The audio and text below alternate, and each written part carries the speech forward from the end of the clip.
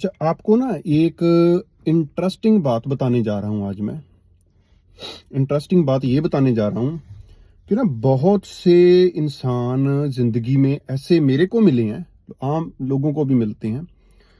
तो वो ये ना कटाक्ष करते हैं कि भाई साहब ये कर्म-कुर्म कुछ नहीं होता, ये नहीं होता, वो नहीं होता।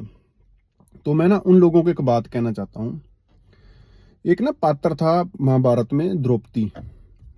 जब वो छोटी थी ना छोटी, तो उसका नाम था कृष्णा, कृष्णा कुमारी शायद ऐसे कुछ नाम था। तो तब ना वो किसी नदी पे नहाने के लिए गई जाती है। तो वहां पे ना नदी में एक कोई साधु होता है, वो नहा रहा होता है। तो वो वेट करती है उसके निकलने का। लेकिन जब वो ना नहीं निकलता काफी देर बाद भी, तो वो उसको बोलती है अभी आप बाहर निकलो, हमने भी स्नान करना है। तो फिर क्या होता है कि वो साधु बोलता है कि बात ये है कि जो मेरे तन पे कपड़ा था ना, वो पानी के प्रभाव के कारण वो पानी के साथ बह गया है। अब मेरे तन पे कोई कपड़ा नहीं है, इसलिए मैं बाहर नहीं निकल रहा। तो उसने अपने तन पे जो कपड़ा था वो आधा उतार के कुछ एक भाग उसको दिया, लेकिन वो उसके हाथ में नहीं आया। और फिर उसने कुछ बस उतना क रखा अपने तन पे भी, अपना तन भी ढका रहे, और उसको दिया तो उसके हाथ में आ गया, तो वो बांध के बाहर आ गया।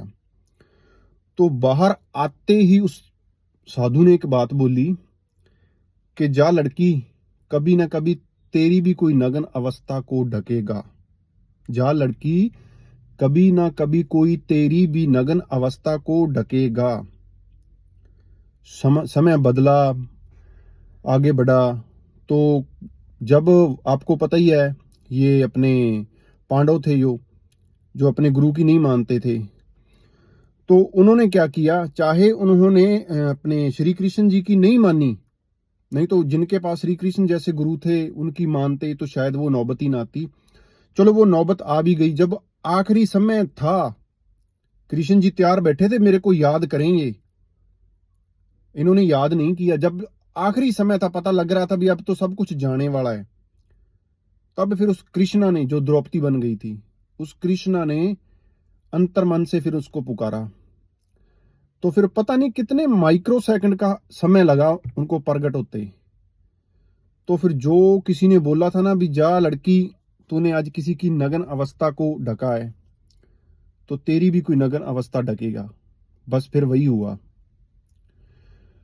आपके कर्म आपका साथ देते हैं। आप अच्छे कर्म करते हो तो आपके साथ अच्छा जरूर होता है। भगवान वेट में रहता है भी कब मौका मिले इसको उसके अच्छे कर्म का फल देने का।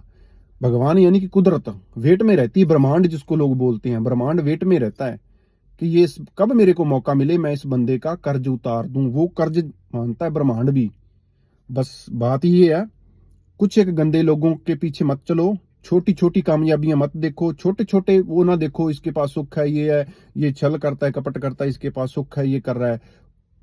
आगे आने वाला समय देखना। आप करने को तो बंदा बहुत कुछ कर लेता है।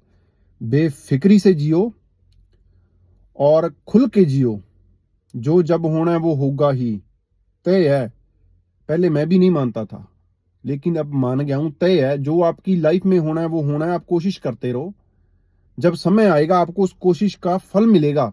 ये नहीं कि हाथ पे हाथ धर के बैठ जाओ सब कुछ हो जाएगा। जब समय आएगा तो आपको आपकी कोशिश का फल मिलेगा समय आने पर।